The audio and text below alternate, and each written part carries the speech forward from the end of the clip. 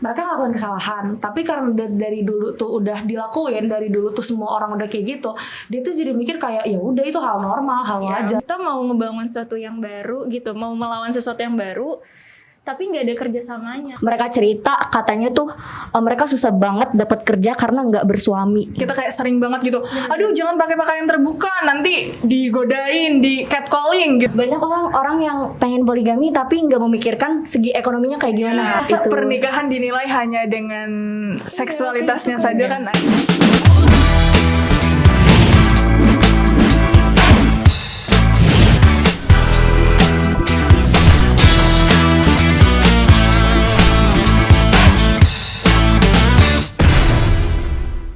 Hai, selamat datang di podcast ST22 edisi kelompok 1. Hari ini kita bakal bahas mengenai ad antiquitatem atau sesuatu yang sudah lama dilakukan seperti tradisi atau budaya pasti benar. Di sini aku bakal bahas ad antiquitatem ini nggak sendiri. Kita ditemani oleh 3 narasumber yang cantik-cantik. Boleh perkenalan diri dulu ya. Dari sini ini kakak siapa nih? Kakak ya. Hai semuanya, aku Phoebe. Aku Abel. Hai, salam kenal. Halo semuanya, salam kenal juga. Aku Sandrina. Dan dengan aku sendiri, Caca, yang akan membawa podcast ini yang pastinya akan seru. Oke, bercanda. Dan edukatif ya pastinya. Oke, gimana kesibukannya nih di hari-hari pandemi seperti ini? Ya, kesibukannya paling belajar ya. Kayak kita kan masih sekolah, belajar. Sama paling OSIS, rapat-rapat, ngerjain proker-proker, itu aja sih paling kesibukan ini. Udah PTM belum nih? Belum sih. Kita baru ada info PTMT nih besok, Cak. 50%? Iya kayaknya sih ya. Oh iya, baru juga kita juga. Sama nih, kita sama satu sekolah nih gitu. Satu sekolah. Oh iya, kita belum mau kasih tahu nih. Aku sama Abel dari SMA Negeri 68 Jakarta. Dan Phoebe dan Sandrina. Kita dari SMA Negeri 80 Jakarta. yeay. Nah mungkin ngomongin tentang ad antiquitatem, Caca sendiri tahu nggak? Nah, oke. Artinya? Sekalian ya, biar kita sekalian mulai, kita satuin definisi biar kita sama nih ad antiquitatem menurut kita tuh apa. Jadi ad antiquitatem itu adalah suatu logical fallacy di mana sebuah pernyataan itu dianggap benar karena dia berkorelasi dengan tradisi atau preferensi historis. Bisa aku contohkan seperti kayak misalnya budaya X ini tuh sudah dilakukan sejak lama. Nah, oleh karena itu X ini dianggap benar dan dianggap baik.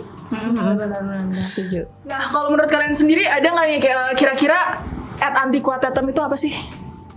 Itu kan tadi Caca contohnya mungkin X ya. Kalau dari aku yang aku tahu mungkin ini budaya parentingnya di Asia ya. Khususnya kan kita sering ngeliat nih di TikTok gitu, benar. Asian parents gitu. Nah itu sebutannya tiger parenting ya. Orang tua yang terlalu mengekang, terlalu menuntut. Nah itu di Asia ya. Mungkin teman-teman banyak yang merasakan juga kalau itu dianggap oleh orang tua kita benar. Itu parenting yang benar karena membuat anak disiplin misalnya gitu. Tapi untuk orang-orang yang mungkin progresif kayak kita melihat ini kayaknya nggak bener deh, terlalu menekan, mengekang anak itu nggak benar gitu sih kalau aku. Iya, oke. Tambahan ya. Kenapa kita bisa berpikir kayak gitu? Karena kan zaman semakin berkembang juga kan. Pola pikir manusia, pola kehidupan, dan hak yang kita ingin dapatkan itu kan juga semakin berubah gitu. Jadi ya ad antiquitatem ini kan dia menganggap suatu hal yang udah jadi tradisi itu sampai sekarang dianggap benar, yaitu memang harus dirubah pola pikirnya kayak gitu kan. Kalau mau kayak gitu terus pandangan benarnya tuh Mungkin tidak terlihat ya. Jadi tuh mereka ngomong yang kayak dari dulu juga kayak gitu, ya kan, yang kayak Sering. misalnya mereka ngelakuin kesalahan, tapi karena dari dulu tuh udah dilakuin, dari dulu tuh semua orang udah kayak gitu, dia tuh jadi mikir kayak ya udah itu hal normal, hal wajar. betul Soalnya gue dari dulu tuh udah kayak gitu, kenapa jadi generasi sekarang protes? iya, Yes, jadi benar-benar. Ya. tambahannya sih sedikit. Jadi iya, kalau misalnya kita melakukan hal yang beda, dianggapnya kayak apaan sih gitu. Kita dibilang ngelawan malah kadang. Iya. Benar-benar. Tapi menarik nih, tadi Caca ada bilang logical fallacy ya. Kan logical fallacy itu berarti logika yang salah. Berarti ad antiquitatem ini belum tentu benar ya. Emang dari awal tuh belum tentu benar karena dianggap sebagai benar, tapi itu ada logika yang salah. Karena kalau logika kita berani berpikir yang berbeda untuk menantang pemikiran kita sendiri gitu loh. Apakah hal ini tuh benar atau enggak sih? Ya. Dan di sini kita mengangkat tema ini bukan berarti kita benci atau enggak hormat terhadap tradisi yang udah ada ya. Tapi rasanya tuh ada beberapa tradisi yang kayaknya udah nggak cocok deh untuk di zaman sekarang, ataupun emang sebenarnya dari dulu tuh sebenarnya kayak nggak perlu gitu untuk dilakukan. Nah, salah satunya kita akan mengangkat tema patriarki. Kayaknya teman-teman di sini udah pada sering dengar ya patriarki. Apalagi sekarang banyak dibahas nih. Kayak misalnya kayak kelompok-kelompok remaja tuh kayaknya lagi concern banget tentang patriarki itu sendiri kan. Yes, benar-benar. Mungkin aku mencoba mendefinisikan patriarki itu. Jadi patriarki adalah sebuah sistem sosial yang menempatkan laki-laki itu sebagai otoritas utama ataupun sentral dalam sendi-sendi kehidupan. Nah, posisi laki-laki ini tuh lebih tinggi daripada perempuan dari segala aspek kehidupan, kayak aspek sosial, ekonomi, dan lain-lain.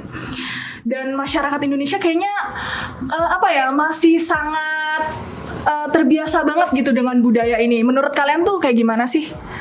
Setuju, terbiasa. Karena kan ada kayak contohnya di Batak ya, garisnya patrilineal kan. Itu aja udah patriarki. Jadi masih melekat sih menurutku.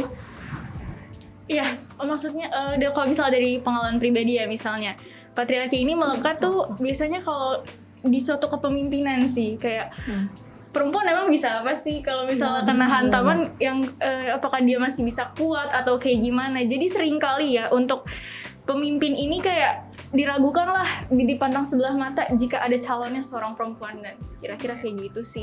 Bahkan kayaknya di pendidikan aja kita masih dapat nggak sih kayak misalnya perempuan tuh memutuskan dia pengennya S2 dulu baru nikah. Itu kan pasti dibilang kayak ketuaan, udah nggak ada yang mau. Bener Jadinya kayak banget, kita ragu gitu mau lanjutin S2 padahal kan itu pilihan kita. Dan ada juga bahkan yang kayak kamu jangan ketinggian sekolahnya. Iya, nggak ada yang mau. Nanti laki-laki merasa tersaingi. Padahal kan setiap orang pasti berhak untuk mendapatkan pendidikan yang emang mereka mau kan. Benar banget. Tapi mungkin sebelum masuk ke contoh, kalau Caca sendiri, menurut Caca gimana pengertian patriarki? Patriarki itu tuh ya itu tadi ya, sebenarnya penempatan laki-laki tuh dianggap spesial dibandingkan perempuan.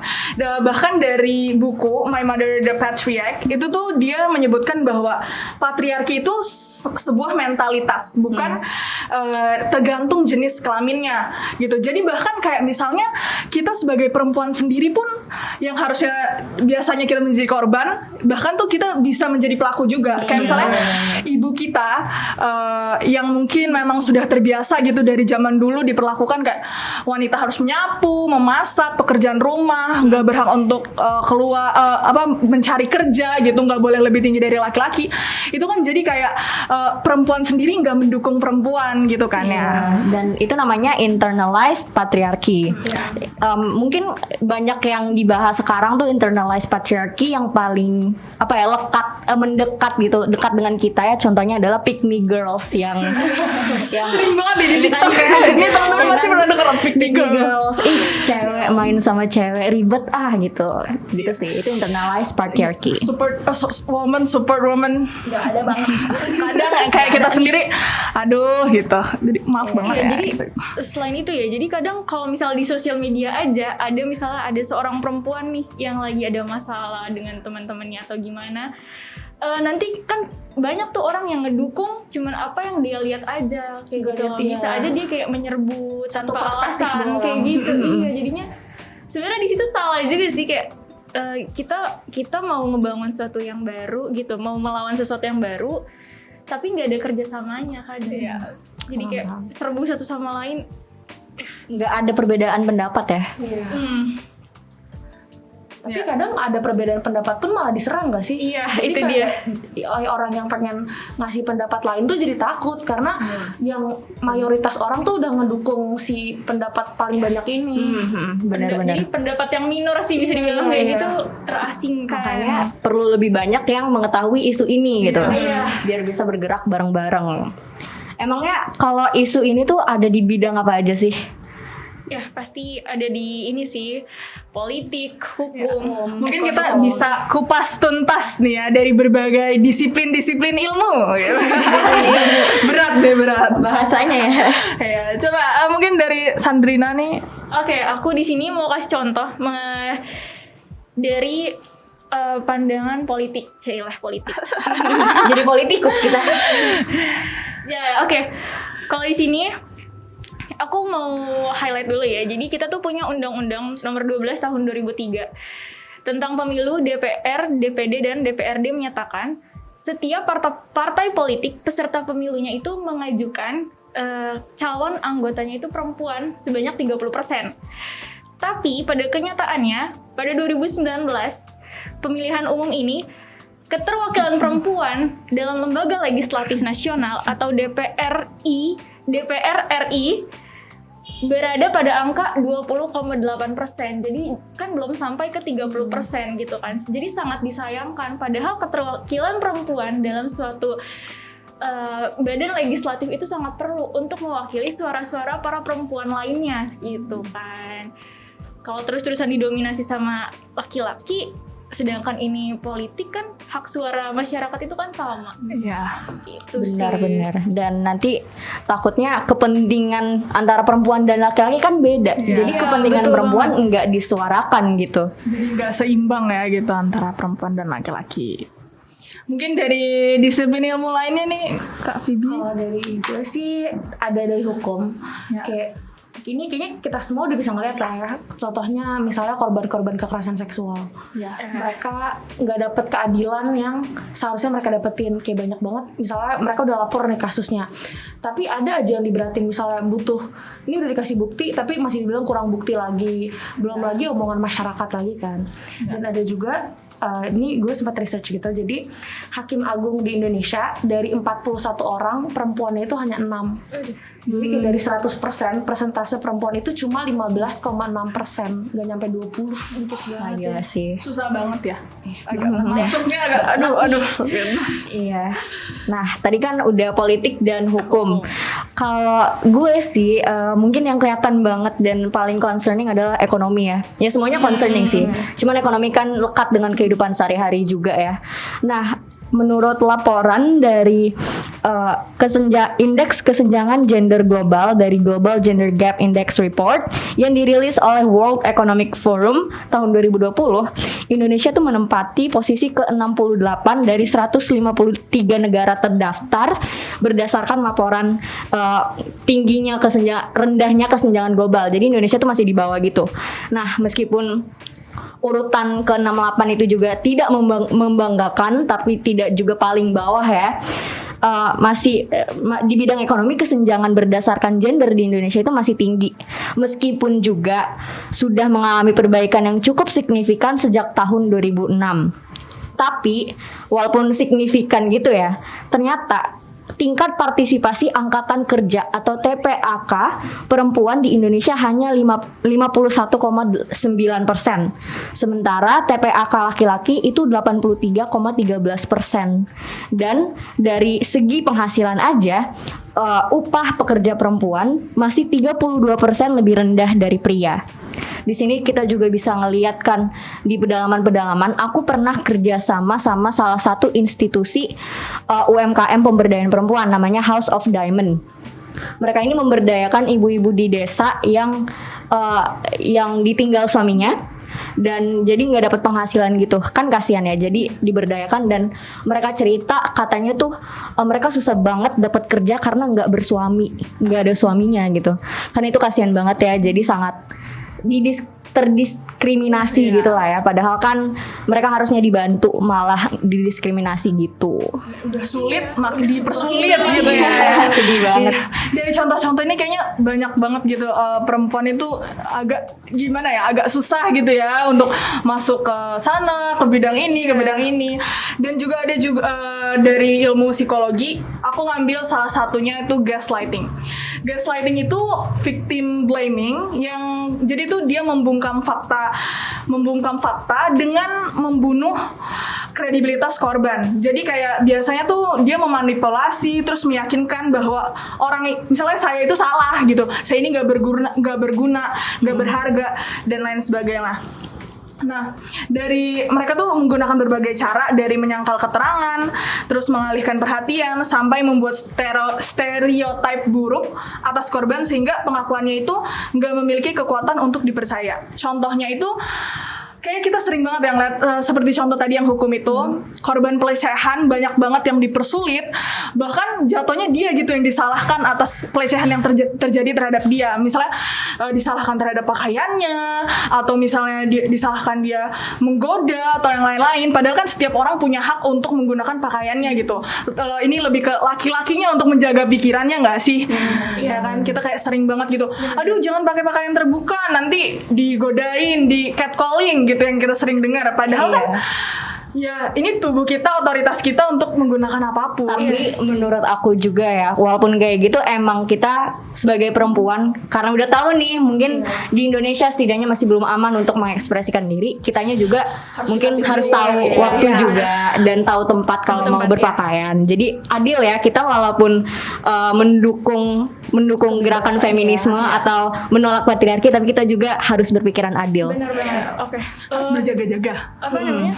Kita, tapi ada salah satu contoh juga nih.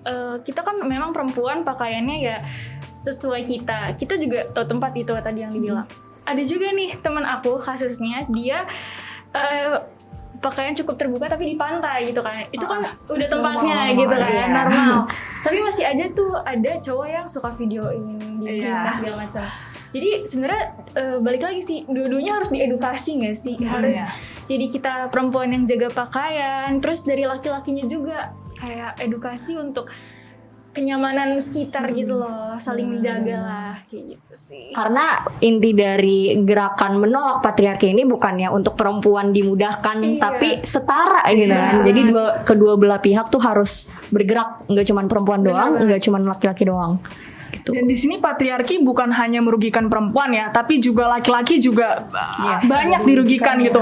Sebagai kayak contohnya nih, aku kasih contoh sedikit, mungkin kayak laki-laki tuh dituntut untuk bekerja, untuk menjadi tulang punggung keluarga, padahal kan perempuan dan laki-laki bisa bekerja sama untuk rumah tangganya mereka kan. Namanya juga rumah tangga kan berdua nih, masa cuma sendiri doang, bisa juga berdua gitu, bukan tanggung jawabnya itu ada di suami. Mungkin bisa kasih contoh yang lain nih teman-teman. Atau sebelum contohnya itu kasih contohnya dari secara historis ya. Kayak kenapa patriarki bisa muncul, terus kayak sekarang mungkin bentuk patriarki lebih ke ekonomi dan keluarga gitu. Kalau dari yang udah gue baca nih ya, jadi sebenarnya awalnya itu kita itu bersifatnya matriarki, jadi sebenarnya lebih ke dominan perempuan sebelum bangsa Eropa datang. Gitu. Tapi ya. ternyata setelah bangsa Eropa datang ini barulah muncul adanya patriarki, dan berawalnya sebenarnya dari jadi ceritanya prajurit Belanda ini pengen melepaskan hasrat seksualitas mereka. Jadi ada yang namanya pergundikan.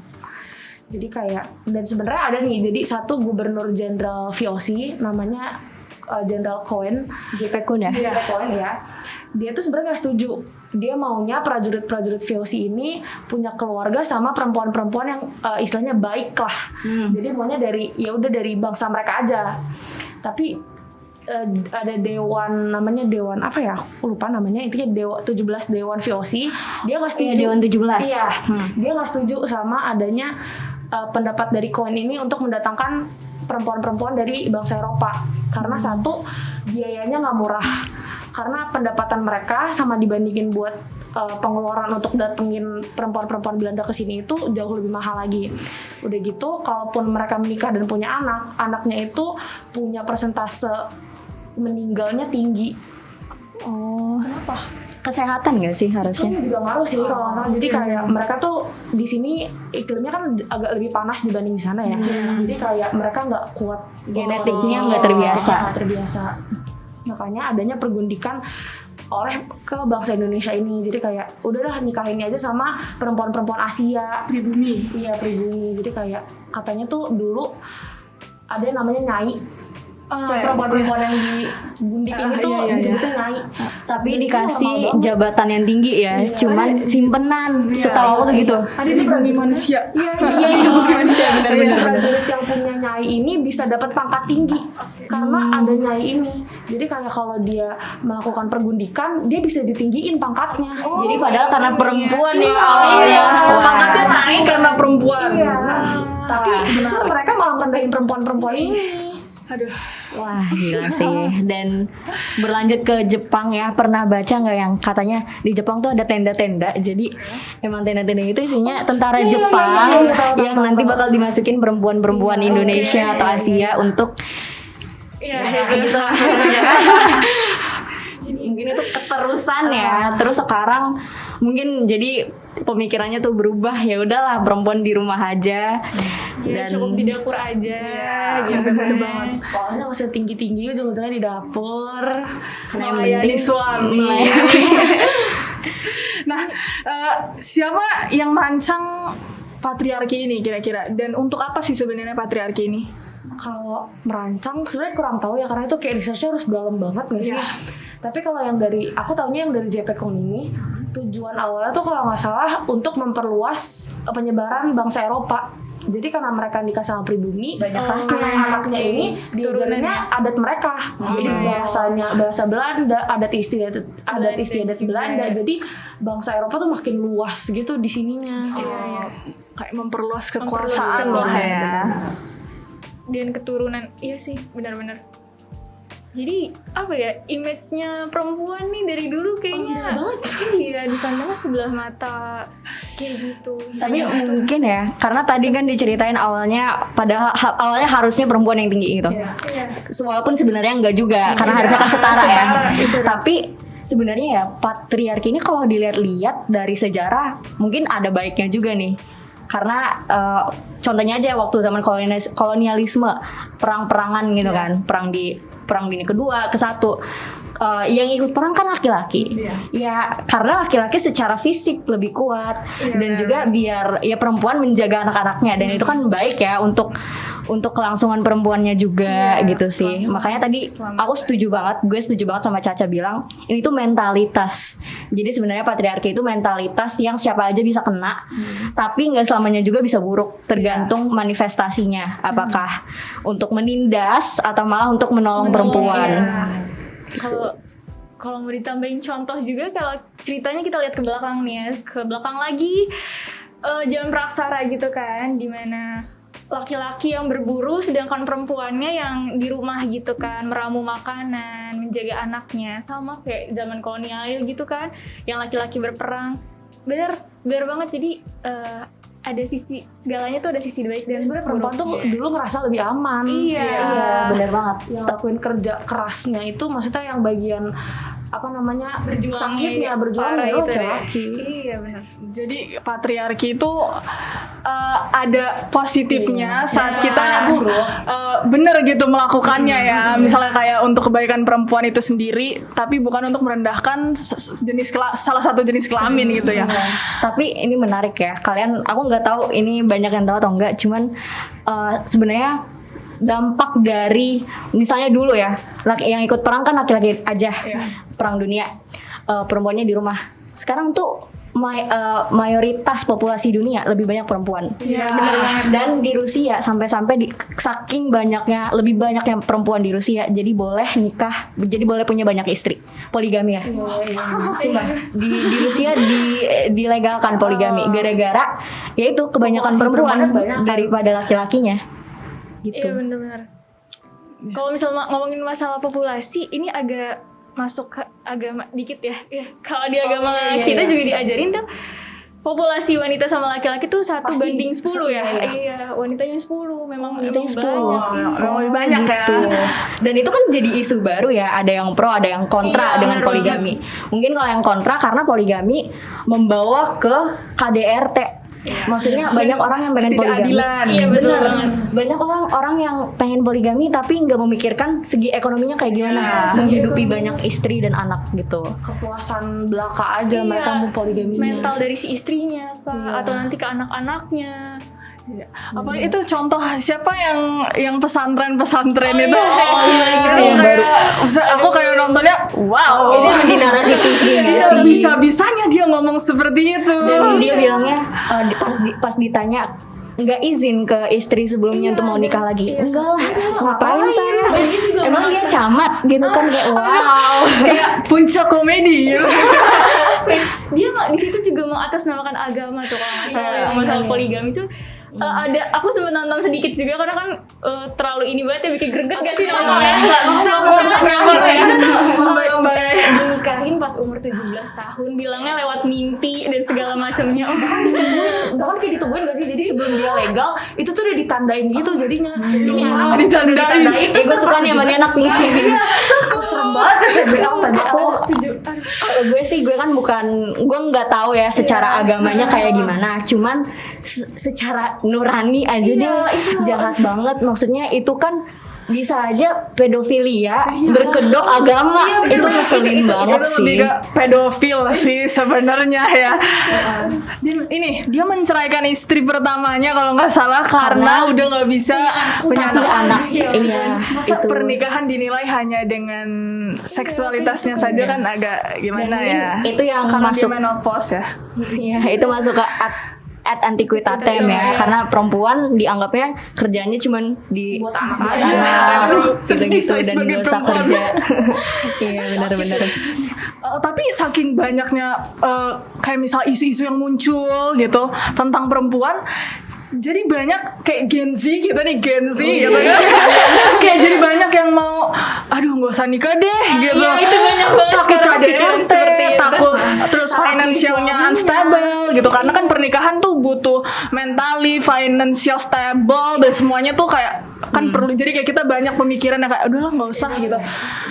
Tapi Gue menurut yang mau nikah tapi child free. Nah, iya. Sama ada jadi tuh gini loh, ada yang pernah bilang aku denger banget, kamu nikah bikin masalah baru aja.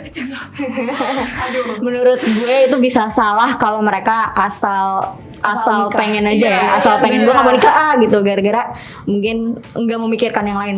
Menurut gue harus tetap memikirkan juga karena ya kan di beberapa kepercayaan ada yang menikah adalah berkat gitu dan ya disesuaikan ke diri sendiri dan dipikirin lagi aja, jangan asal langsung ikut aturan sih. Dan menurut aku untuk yang isu child free itu ya mungkin ada pertimbangan lain kayak misalnya yang ramalan bukan ramalan bahkan 50 tahun lagi udah bumi kan kacau banget krisis iklimnya, jadi kasihan kalau punya anak. Iya benar. Ya udah nggak usah lah, nggak apa. Ya saling menghargai keputusan aja, tapi yang membuat keputusan juga udah memikirkannya Harus matang-matang. dipertimbangkan ya semuanya, nggak bisa nggak duh ini kayaknya dia child free nih, kayaknya gue child free deh. Iya itu.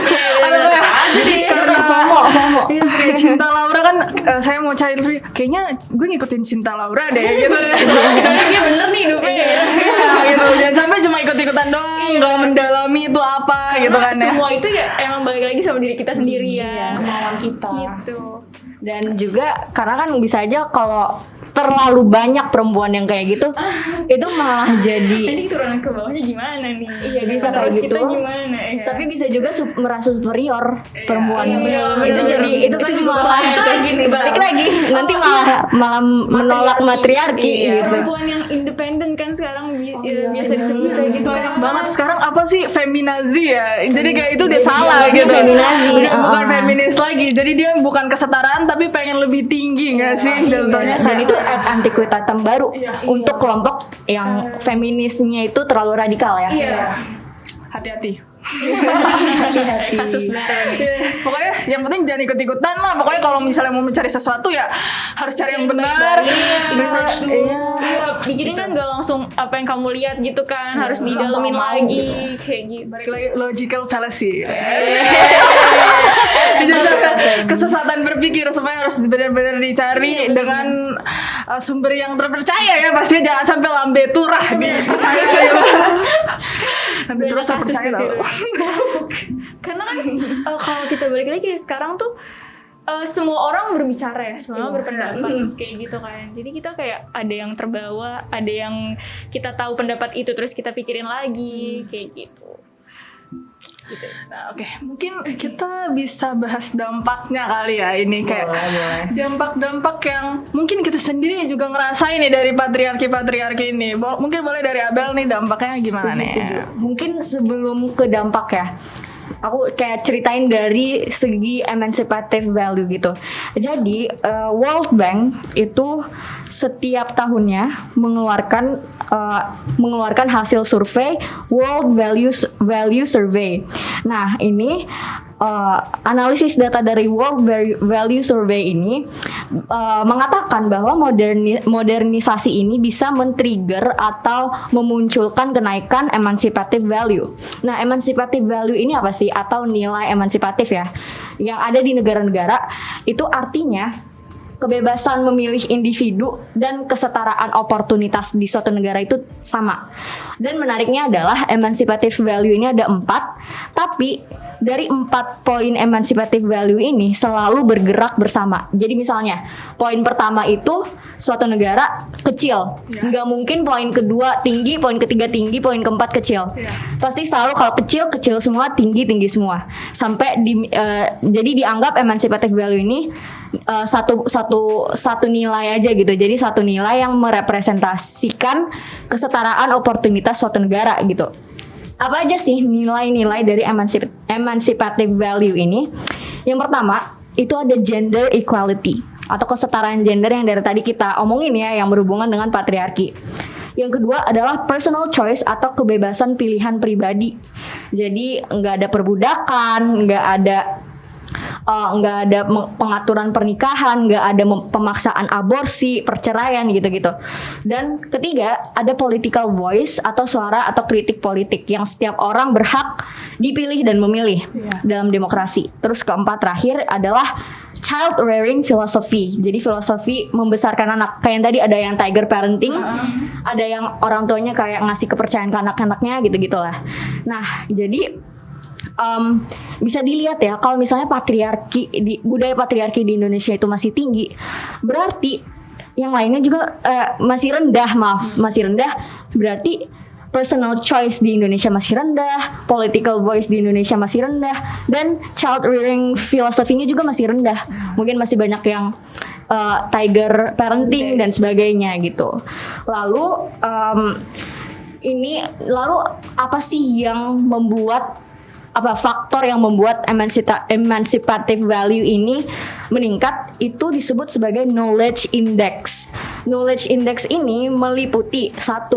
Edukasi, 2. Aksesibilitas informasi, 3. Produktivitas sains dan teknologi, 4. Integritas institusi.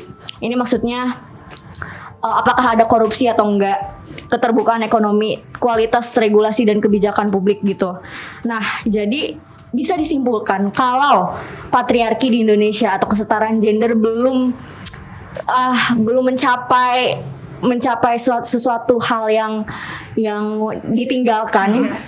Berarti edukasi, aksesibilitas informasi, produktivitas sains dan integritas institusi masih rendah karena korupsi masih tinggi, edukasi di Indonesia belum merata dan sebagainya. Jadi mungkin dampaknya itu adalah ya Indonesia susah majunya gitu. Kalau kesetaraan gender aja orang-orang masih belum mengerti dan belum aware gitu belum terbuka gitu sih. Tapi kira-kira kenapa patriarki itu sangat berdampak di sendi-sendi kehidupan kita? Kayak tadi dibilang kalau misalnya patriarkinya masih tinggi, kita akan susah nih mencapai bisa dibilang mungkin negara yang maju gitu ya. Kira-kira kenapa nih? Kita mungkin bisa diskusi sedikit nih tentang hal ini. Mungkin jangan aku lagi yang ngomong, mungkin siapa duluan yang mau? Oke, mungkin gini ya, hubungan patriarki dengan sendi-sendi kehidupan kita. Tadi banyak berpengaruh ketika patriarki itu masih ada gitu, masih kental gitu ya.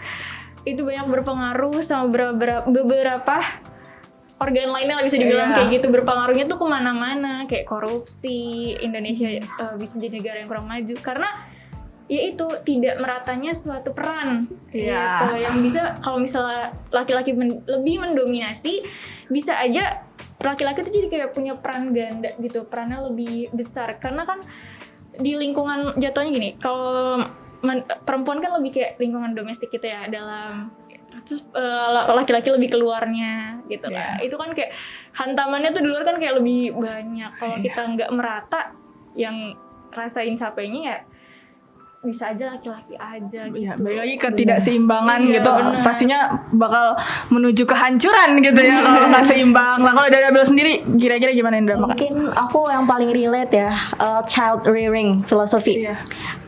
Jujur banget, walaupun aku merasa orang tua aku udah termasuk progresif, mereka tuh kadang masih sering bilang, kamu yakin mau S2 di luar negeri gitu? Mami sih, papi sih khawatir aja gitu. Kalau kamu S2 sampai ke luar negeri, nanti pada takut gitu, pada takut sama kamu. Atau mending ya kamu langsung nikah aja sama orang luar negeri kalau gitu. Jadi itu kan child rearing philosophy yang mungkin membatasi seseorang. Mungkin bukan aku, karena orang tua aku masih progresif lah. Mungkin di luar sana kan masih banyak ya yang kayak gitu, membatasi anaknya untuk edukasi, untuk menjalani pendidikan dan sebagainya. Itu sih emang saling itu berkolerasi, aku rasa. Karena kadang yang ada temen aku ada nih yang membatasinya tuh benar-benar sampai dibatasin banget, kayak kamu udah nanti kesini aja gitu, kamu kesini aja, padahal anaknya Terlalu diarahin gitu ya, disetir gitu. Nah itu dia, itu juga jadinya anaknya tuh kadang kalau ketika dilepas kayak anaknya tuh Dia nggak tahu mau kemana, soalnya biasanya diarahin gitu. Jadi kayak tiap dia mau ngambil keputusan, orang tuanya langsung kayak kamu kesini aja. Jadi dia selalu ngerasa nggak yakin gitu sama dirinya sendiri. Kayak kadang juga kayak gitu lagi, kadang juga ngerasa kayak gitu. Dan dengan kayak misalnya tadi kesalahan parenting mungkin ya, itu tuh juga akan menghasilkan generasi yang bukan bodoh ya, apa kata lainnya apa yang lebih halus mungkin ya, generasi yang Yang nggak dituntun nggak sih? dan nggak bisa beradaptasi gitu ya, dan mengikuti perkembangan zaman yang ada. Jadi itu sih dampaknya kayaknya agak terasa ya di kita. Mungkin ada nggak nih dampak-dampaknya yang kalian rasain sendiri, mungkin dari kehidupan kalian gitu, merasakan patriarki? Kayaknya yang kayak yang Abel omongin tadi deh, yang kayak misalnya yang ngomongin S2 tadi. Sebenarnya keluarga aku malah ngedukung sih, maksudnya nggak ada omongan yang kayak yakin kamu S2 gitu, nggak ada. Cuma di luarnya sempat ada yang kayak bilang, kamu mending nikah aja daripada S2, nikah dulu. Padahal kan kayak itu pilihan sendiri, masalah mau nikah dulu atau pendidikan dulu ya balik lagi aja ke diri sendiri. Karena kita yang menjalani balik lagi kan. Omongan kayak gitu tuh bikin gak yakin gak sih? Jadi kayak jangan-jangan keputusan hidup gue salah nih. Keputusan hidup. Itu kan tadi child rearing ya. Mungkin sekarang lebih ke aksesibilitas informasi ya. Karena kan mungkin untuk di Jakarta ya, emancipative value Jakarta udah tinggi. Karena tadi orang tua kita kebanyakan progresif, untungnya, puji Tuhan, alhamdulillah. Tapi bahkan di pinggiran Jakarta aja itu belum, karena aksesibilitas informasi itu nggak cuma tentang apakah seseorang itu punya gadget atau enggak, tapi bagaimana orang itu menggunakan gadgetnya, yang dia buka apa, dan cara menerimanya juga ya. Kadang kayak mungkin ada yang ambigu, jadi kayak yang satu ngiranya apa, yang satu ngiranya apa ya. Karena aku pernah bikin program ngajar di anak-anak sekolah alternatif anak jalanan Jakarta Selatan. Itu padahal masih di Jakarta loh, tapi ya pinggiran gitu kan. Mereka benar-benar nggak memahami dari sinetron yang anaknya namanya Zahra, yang suaminya yang di bawah umur gitu kan, nikah sama dia. Itu waktu masih booming banget ya. Aku ngasih contoh ke anak-anak itu tentang, sebenarnya nggak anak-anak sih, ada yang udah SMP sampai SMA, tentang itu. Terus aku nanya, menurut kalian ini gimana sinetronnya? Padahal aku udah menggiring juga kan, kayak ini patriarki banget sih, ini parah banget gitu dari nada gue ngomong ya. Nah mereka tuh malah bilang, ya itu normal kak, itu normal. Karena kaget saya, karena yang mereka tonton tuh ternyata itu doang. Mereka bilang kita sehari-hari nonton itu, jadi kita anggap itu normal dan itu terjadi di sekitar mereka. Jadi kayak mereka ya udah biasa Iya. aja. Merasa normal. Kayak nggak usah jauh-jauh tahu, kayak di orang yang pakai sosial media aja masih banyak yang kayak gitu. Kagetnya adalah waktu itu aku lagi kayak scroll Instagram, terus nemu kejadian istrinya di apa ya, dia tuh dipenggal kepalanya ya. Allah, serem sekali. Iya, jadi kayak karena aku lupa gara-gara apa, intinya itu tuh nggak seharusnya terjadi. Tapi komen-komennya tuh pada ya pantes lah istrinya digituin, ya emang harus istrinya digituin. Agak kaget ya, masalahnya Gak sih perselingkuhan gak sih itu? Emang iya ya? Enggak tahu sih, yaudah pokoknya itu pas hubungan apa ya? apapun alasannya tidak patut untuk membunuh ya. Itu sampai membunuh. Itu kayak agak serem ya. Itu kriminalitas ya. Balik lagi ke Abel tuh, kayak misalnya nih ya, anak-anak itu tuh sebenarnya dia nggak tahu nggak sih yang salah tuh seperti apa, yang benar itu seperti apa, karena dia nggak pernah dipertontonkan. Jadi tuh yang ini yang benar nih, yang ini tuh yang salah. Ini tuh patriarki tuh sebenarnya ini loh, jangan Jangan dilestarikan. gitu. Patriarki balik lagi yang seperti di Indosiar itu ya, bukan yang patriarki yang baik deh. Padahal mereka punya HP loh. Jadi emang apa ya, mereka punya HP, udah ada nih akses, udah ada sarana prasarananya, tapi aksesibilitas mereka tuh nggak jalan. Jadi emang Mereka receive apa yang mereka lihat aja.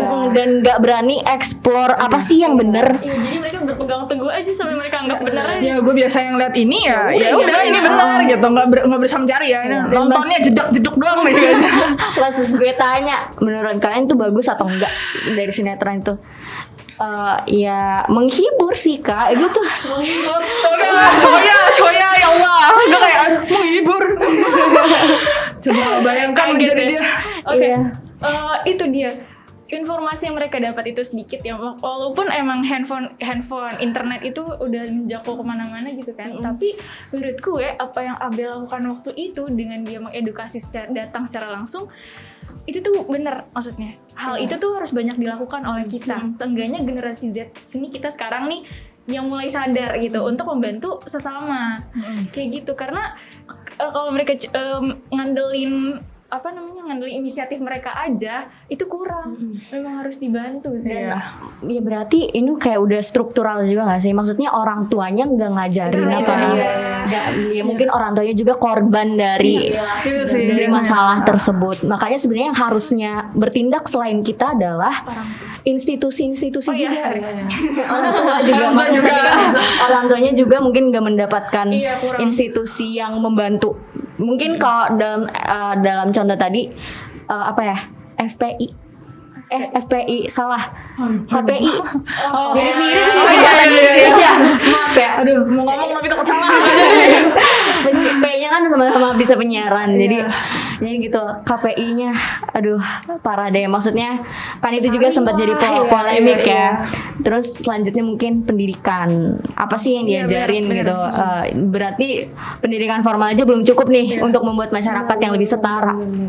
Harus juga dari pendidikan Kadang ini yang gak lain. sih, malah yang kadang nih ya daerah-daerah terpencil kayak gitu di Jakarta aja bisa dibilang masih ada dan cukup banyak ya. Gimana di pedalaman gitu. Iya, gimana di pedalaman gitu yang jangkau informasinya aja susah gitu kan, internet. Kasihan. Jadi pemerintah tuh memang harus lebih aware lagi ya sih demi negara juga lah. Sebenarnya agak susah juga ya. Iya. Kadang emang kalau bisa dibilang misalnya yang di pinggiran-pinggiran itu kadang nggak terima akan kemajuan gitu. Jadi kayak enggak, gue itu tadi antiquetatem. Jadi dia merasa bahwa tradisi itu ya gue biasanya ngelakuin ini, ya ini benar biasa bahwa gitu. yang salah gitu. Nggak boleh gitu ya. Dan apa di sosiologi sebutannya apa? Mereka takut akan perubahan. Gue lupa. Itu tadi kan pikiran kayak Takut gitu. sama perubahan dan malah apa cultural shock. Iya, jadi gitu sih. aduh, semuanya emang harus bekerja sama ya. Iya, Mereka harus bahu membahu. mereka masih banyak yang tutup mata lah, bisa dibilang kayak gitu sih. Iya. Benar-benar. Dan untuk media-media seperti kayak TV, siaran TV itu juga harus lebih disaring lagi mungkin ya konten-kontennya seperti yang tadi di Indo itu. Tolong gitu kan. Di Indonesia sampai kayak ini kan ditonton sama banyak orang gitu. Terus juga nggak ada, maksudnya di TV kan kita bisa aja nonton walaupun ada tulisan R+13 gitu misalnya untuk itu, tapi kan bisa aja kita tonton gitu. Jadi lebih disaring lagi gitu, jangan memberikan logical fallacy mereka aja. Mantap banget. Ya. Kalau mau menjalankan tugas tuh yang bener, jangan malah bagian tubuh atas robot disensor. Apa gunanya? Sandy disensor siapa? Yang nafsu sama Sandy? Sandy SpongeBob. Aku pernah lihat juga, jadi ada salah satu karakter dia tuh merokok gitu karakternya. Dia kayak anak-anak ke Indomaret juga ngeliat rokok gitu. Tapi malah tuh yang kayak sebenarnya yang menunjukkan perempuan apa lebih rendah dari laki-laki malah ditunjukkan gitu, gembor-gembor. Kayak yang Zahra ini itu. Itu Aduh, enak banget gue ngeliatnya. patriarki malah ditunjukkan, terus masalah yang harusnya nggak senonoh dan nggak diajarkan ke masyarakat itu malah ditunjukkan gitu. Harusnya kayak lebih aware gitu ya, bukan cuman soal rating aja nih di ini itu nih. Masa cuma gara-gara rating nih masyarakat dipertaruhkan nih pemikirannya kan, aduh agak susah. Jadi harus benar-benar semuanya dari sendi-sendi kehidupan semuanya harus bekerja sama ya nggak sih? Benar-benar. Dari kita sendiri mungkin kayak kira-kira ada nggak sih dari kayak bisa kita sebagai agent of change gitu ya? Kita bisa nggak ya memberikan saran-saran nih untuk menghadapi patriarki ini? Jadi siapa dulu nih? Jadi dulu nggak apa. Iya mau, ayo tang ting tung. Buat Gen Z kali ya. Gen Z. Kita kan Gen Z abis nih.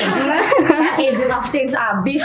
Iya. Ya mungkin harusnya lebih bisa nyaring berita lah ya. Maksudnya kayak ini balik lagi ke yang Indo itu kan itu kan nggak benar ya, tolonglah jangan diikutin. Terus kalau misalkan emang ternyata ketemu hal-hal yang salah bolehlah ditegur, tapi tegurnya juga baik-baik, jangan malah ditegur terus malah keras kayak enggak lo yang salah. Kita kayak gitu. Iya, baik-baik aja, santai, kita santai banget akhirnya. Selalu. Tapi emang kalau zaman kita sekarang tuh kalau dikerasin tuh malah nggak ngelunak gitu, bukan makin lunak makin keras. Pan gue bener nih. Baku hantam. Gitu susah gitu ya. Iya benar, balik lagi ke tambahin aja sih Gen Z juga, kayak kita kan udah pola pikir kita udah sangat jauh berkembang, bisa dibilang seperti itu kan. Iya, kayak banyak ditelaah gitu sih. Jangan langsung ambil aja gitu. Ya, punya pendirian, tapi kita juga pemikiran terbuka. Tapi ini pemikiran terbuka juga jangan terlalu liberal banget jangan- lah. Saring. Jadi Jangan malah terlalu sering. Kadang banyak loh, apa kayak orang kayak pemikiran lo nggak terbuka, kayak Iya, tapi malah tersalurkan itu. Tapi sebenarnya orang yang dia serang dengan pemikiran tertutup, mungkin dia yang lebih terbuka. Open minded. Iya.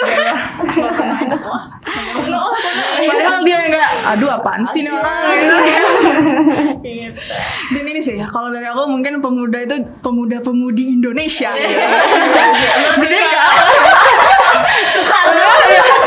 Jangan cuman bisa di mulut aja lah gitu. Coba untuk bergerak yang emang bener bergerak, kayak misalnya Bel gitu, membantu masyarakat yang emang terpinggirkan gitu. Itu kita bisa banyak banget. Sekarang tuh udah ada organisasi apapun itu yang bisa kita ikutin, yang pastinya positif. Dan jadi jangan cuman ngomong doang gitu. Kita harus tunjukin yang bener tuh kayak gimana, bukan cuman karena kalau ngomong doang tuh kayak semua bisa nggak? Iya, teori mah. Walaupun saya suka kayak gitu ya, tapi ya udahlah nanti saya berubah. Agent of change abis. Habis banget. Yang memberantas logical fallacy. Jadi Udah kesimpulannya panjang banget ya tadi. udah mau jatuh itu mikir tadi. Oh my god, dari tadi emang. Jadi mungkin kesimpulannya adalah segala sesuatu ada yang baik, ada yang jahatnya, termasuk patriarki. Di satu sisi perempuan bisa diuntungkan dan tapi diuntungkannya dengan cara yang baik ya. Tapi di satu sisi lain juga merugikan. Dan yang diuntungkan itu pun juga bisa sering kayak dimanfaatin gitu dan itu tetap salah. Jadi apapun itu inti idenya adalah kesetaraan, bukan mendominasi. Betul. Asik banget nih. sedih. Coba dari yang lain gitu kesimpulannya. Tambahan aja sih karena Tambahan bisa. semua balik lagi ke diri kita, kita mau ngambil baiknya atau jeleknya. Tapi ambil sih yang Cara kita baik-baik aja ya. menghadapinya. Jangan yang jelek-jelek gitu kan. Iya, biar ya itu balik lagi buat kepentingan negara juga, buat kita menjadi negara yang lebih maju lagi ke depannya. Karena patriarki ini juga nyambung gitu ke berbagai sendi-sendi kehidupan. Benar banget. Dari Vivi. Kita tambahin lagi ya. Tambahin lagi. Berarti kayak baliknya lagi gimana cara kita ngadepinnya aja. Jadi kayak jangan berlebihan lah apa-apa. Maksudnya semua ada porsinya, Pak. Sama aja kayak patriarki. Jangan sampai kita mintanya kesetaraan, yang ada malah dilebihin sampai ke dominasi. Iya. Feminazi gitu kan. Ada nggak ini? Paham ya. Pernah coba cewek angkat galon dong. Itu kan jadi salah. Itu logical fallacy lagi. Itu logical fallacy. Kesetaraan gak gitu. Gender equality itu lebih ke hak dan kewajibannya di sosial gitu, bukan lebih ke Tapi ada juga loh yang ngeselin, yang ada yang bilang apa? Katanya kesetaraan gender itu komuter lain gak usah ada ruang khusus perempuan dong. Ya mikir bor. Masa mau bikin kayak gitu karena ada pelecehan seksual? Tolong ya. Orang hamil disuruh berdiri, ya brojol kan. Susah. Logical fallacy gitu loh. Jadi kayak nih ada lagi. Ya udah kalau misalnya kesetaraan gender, kalau pukul-pukulan cewek nggak boleh dipukul. Mikir dong. Cewek nggak boleh pukul, cowok juga nggak boleh. Itu straight harassment anjay. Aduh, semuanya. Aduh, Kalau lebih baik gak usah deh. nggak usah diikutin ya. Gak boleh itu. Jadi menceng-menceng nih. Pokoknya kalau dari aku sendiri ya, untuk menghindari atau mengatasi dampak buruk dari patriarki ini, kita nggak bisa cuman mengandalkan pemerintah, institusi pendidikan atau yang lain-lain. Kita semua harus bergerak bareng-bareng. Karena kalau misalnya kita terus nyalain pemerintah, ini nggak bener ini, tapi kitanya Nggak ada juga geraknya. kita nggak ada geraknya, itu kayak apa ya, kayak Teriak ke lapangan kosong. iya gitu. Jadi semuanya harus bergerak untuk mencapai Indonesia yang lebih maju. Mantap. Semangat. Capek. Udah ngomong mulu. Udah kan. Ada yang mau ditambahin? Oke, sekian podcast kita yang sangat menarik dan sangat lucu, kocak, mantap. Ini semoga menghibur kalian dan yang pastinya semoga bermanfaat ya. Jangan sampai ini kita ngomong panjang-panjang perjuangan yang sangat berat untuk sampai ke sini. Gak diambil manfaatnya. Nontonnya cuma sampai detik 5 gitu, jangan sampai akhir. Jangan lupa ya like, comment, dan subscribe. Itu berat nih. Oke semuanya. Dadah.